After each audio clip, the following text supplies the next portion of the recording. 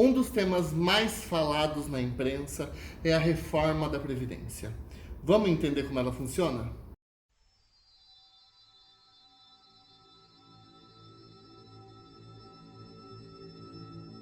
Um dos temas mais atacados na imprensa brasileira atual é a reforma da Previdência, que promete deixar um monte de gente na mão, promete deixar um monte de gente sem aposentadoria. E será que é isso mesmo? Vamos entender um pouquinho o que quer dizer esse projeto. A reforma da Previdência, ela veio para o Brasil com o objetivo de tapar o rombo previdenciário, que seria supostamente uma dívida muito grande que a Previdência possui para com a União. E isso significa o quê? Significa que a Previdência paga mais benefícios do que recebe. E a reforma visa justamente colocar uma pá de cal nesse problema, fazendo com que a Previdência arrecade igual ou superior aos benefícios que ela paga. Assim, surgiu a necessidade da reforma da Previdência. E como está a reforma da Previdência? Ela já foi aprovada? Não, ela não foi aprovada ainda. E eu vou explicar mais para o final do vídeo a questão da aprovação definitiva da reforma da Previdência. Hoje em dia, como o texto está, e eu vou falar muito sobre isso nesse vídeo, porque tem muita coisa que pode ser mudada ainda, e eu também vou explicar o porquê.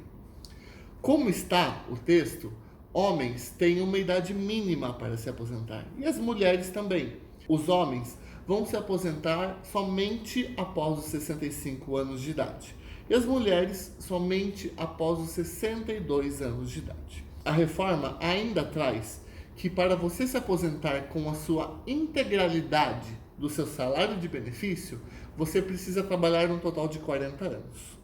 Então, muitas regras da Previdência, como ela funciona hoje, vai mudar. Justamente para que a Previdência pague menos e receba mais. O que é salário-benefício?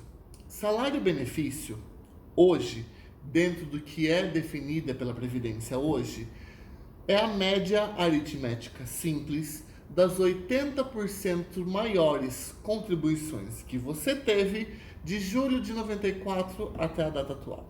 Então a gente pega de julho de 94 até hoje, todas as parcelas, todos os salários que você recebeu, pega 80% dessas maiores e faz uma média aritmética. E esse vai ser o seu salário de benefício. A reforma da Previdência ainda busca mudar esta fórmula. Fazendo com que o salário de benefício seja a média aritmética de todas as contribuições. Correto? Então, há sim uma preocupação muito grande com a reforma da Previdência. Por quê? Porque fazendo as contas no infringir dos ovos, nós, trabalhadores, começaremos a receber cada vez menos da Previdência. E para que a gente possa receber mais, vai ser necessário trabalhar mais. Então, por exemplo, para que você possa se aposentar aos 65 anos de idade, você precisa trabalhar ininterruptamente dos 25 anos de idade até os 65 anos de idade. Correto? É importante ressaltar que essas regras só são válidas para as pessoas que ainda não começaram a trabalhar. As pessoas que ainda não possuem nenhum registro em carteira profissional e, portanto, não têm nenhum recolhimento junto ao INSS, essas pessoas, sim, vão ser afetadas pela reforma da Previdência. Em contrapartida, as pessoas que, como eu, já trabalham, já possuem recolhimentos do INSS dentro da sua vida previdenciária, serão tratadas por outras regras chamadas regras de transição. Então, se você está assistindo esse vídeo hoje e está trabalhando, você estará dentro das regras de transição, que também ainda não foram muito bem definidas, quais são dentro da reforma da Previdência. Ok? A reforma da Previdência será válida tanto para servidores públicos quanto para trabalhadores seletistas. Estão excluídos da reforma da Previdência os militares. Os militares possuem um regime próprio e diferenciado de pagamentos de pensões e de participações dentro da Previdência Social. O que é um absurdo, o que fere, na minha opinião, a isonomia do nosso país e, claro, não estão inseridos devido ao nosso presidente ser um militar. Se assim não fosse, eles também estariam inseridos dentro da reforma da Previdência. Um ponto que eu considero um absurdo dentro da reforma da Previdência são as pensões. As pensões serão reduzidas a 50% e serão pagos adicionais de 10% para cada dependente que a pessoa tiver. Então, por exemplo, uma mulher com seu marido. O marido morre e ela começa a ganhar a pensão por morte dele. Se eles possuem 2 filhos, ela vai receber 50% da pensão, mais 20% para cada dependente. Então ela vai receber 70% do salário benefício do marido. Lembra que eu falei lá atrás da média aritmética? Então, é sobre esse cálculo que ela vai receber 70%. Não é sobre o que o marido ganhava. Não, é sobre o salário de benefício. Então, a regra por si só já diminui o que a pessoa ganha. E depois ainda há mais uma redução que a reforma vai trazer. Eu fico preocupado nesses casos em que viúvas, às vezes senhoras, que não têm mais a mínima condição ou força física para assumir um posto de trabalho, o que essas pessoas vão fazer da vida? Visto que possuem uma pensão única, não possuem mais dependentes sob sua titularidade e vão ter as suas pensões reduzidas em 50%. Isso é um absurdo e isso o governo merece sim fazer alguma coisa sobre. Talvez até mesmo vetar esta parte da reforma. Há ainda a previsão de aumento das deduções a título de previdência dos servidores públicos e dos seletistas. Os servidores públicos, o desconto pode chegar a 22% e nos seletistas, que hoje é 11%, vai chegar a 14%. Então, há sim um aumento na arrecadação e há uma diminuição no pagamento. Um contraponto que, se não verificado com cautela, vai gerar prejuízo, vai gerar pobreza e até miséria a muitos lares. Por fim, o que eu quero trazer sobre a reforma da Previdência é que não se alardem com as notícias da imprensa.